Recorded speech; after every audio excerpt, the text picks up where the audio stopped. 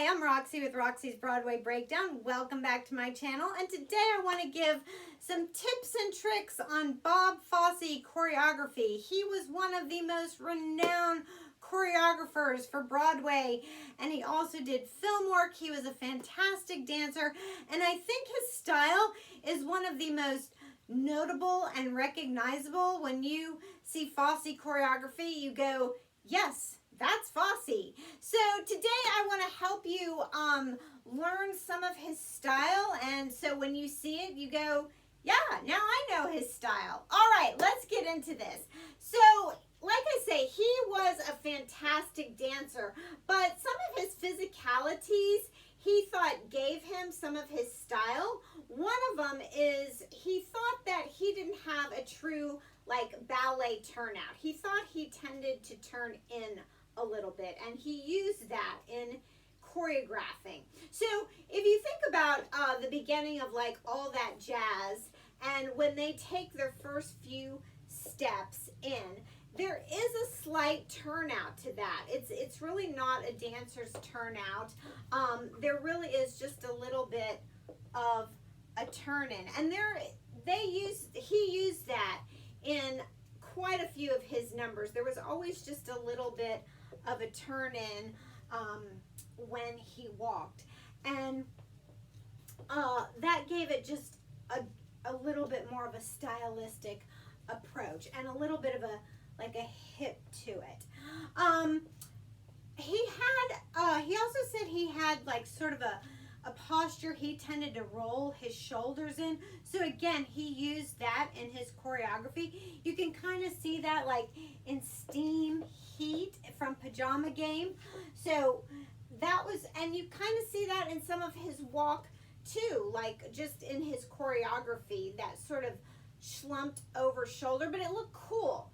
And it's, again, I hearken back to All That Jazz. When they're walking forward with that, it's a little bit counterintuitive because you're walking forward, your hips are pushing forward, but your shoulders are back. You're in this position, but your shoulders are kind of a little slumped. It's a very awkward position a dancer would normally not find themselves in. So you're moving forward, your hips are back, your shoulders are a little arched, but you're pushed back, and you've got the arms going. So it's not entirely a comfortable position. It's not a natural position, but yet that's how he choreographed, and it looks amazing. All right, he also believed that less is more. So he was very subtle in his choreography. Not that there weren't numbers that were very flashy and lots of turns and leaps and that kind of thing, and very exciting to watch. But he believed a lot in isolations and details. Sometimes just, a finger isolation, one little finger, or a wrist isolation, or a ankle isolation. Very effective. So let's get into some of these isolations. A wrist isolation. Sometimes it was just like right in front of you, like in Sweet Charity, the Rich Man's Frog, and it was just literally you take your wrists and it's just up and down, up and down. Sometimes it was fast, slower, bigger, like in All That Jazz. They're going like back and forth, almost rocking, but they're like doing these big arms, and that's very effective when you have the full ensemble doing that kind of picture. Again, when you do it behind you, and it's the waving arms, and it's the arms, but it's really the wrists at the end of that are really making it look kind of cool. The shoulder isolations, like boom, boom.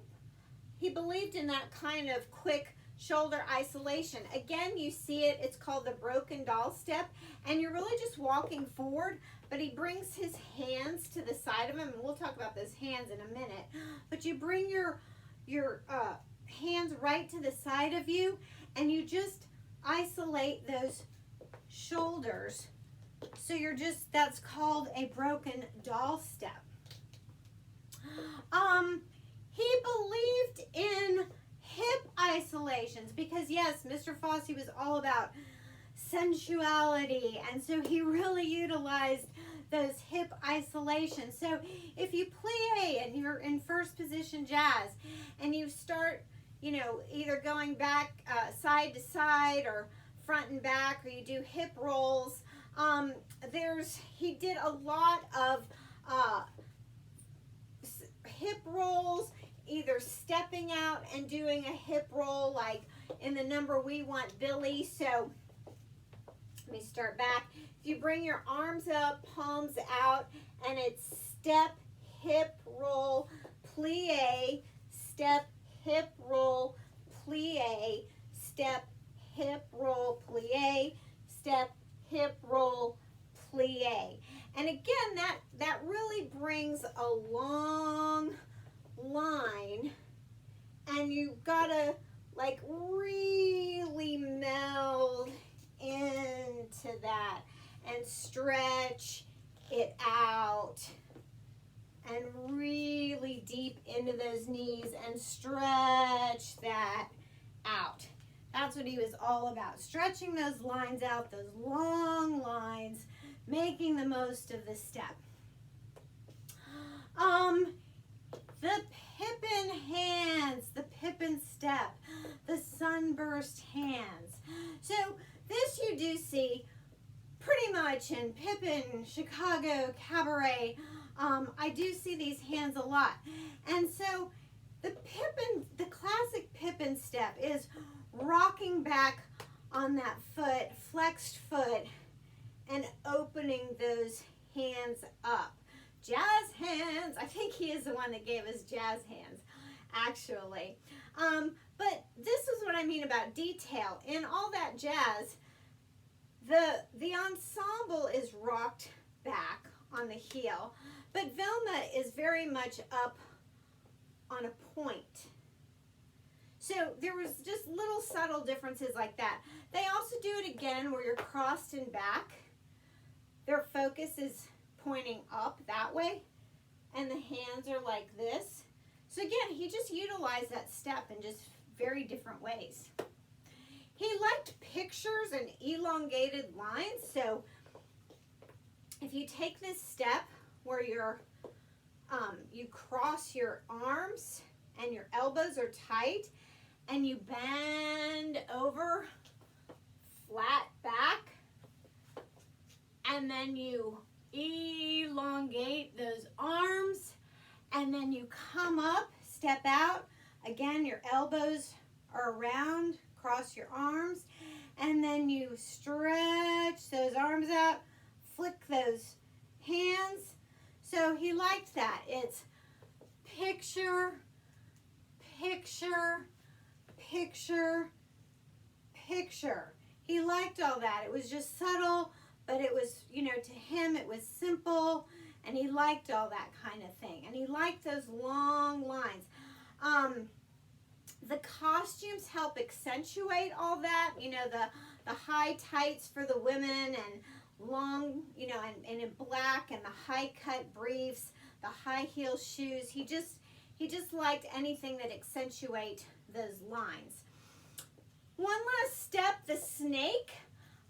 So if you lean out again, finger to foot, it's that long line. You're starting in a bent position, and you stretch out, come back, you're still in plie, go to the other side, and you keep switching back and forth. You have to utilize that core, and you just keep switching and switching and switching and switching. That's in the Honey Hot Rag. So that's kind of what, if you think fluidity, if you think isolations, if you think pictures, and you think jazz, that is Mr. Fosse.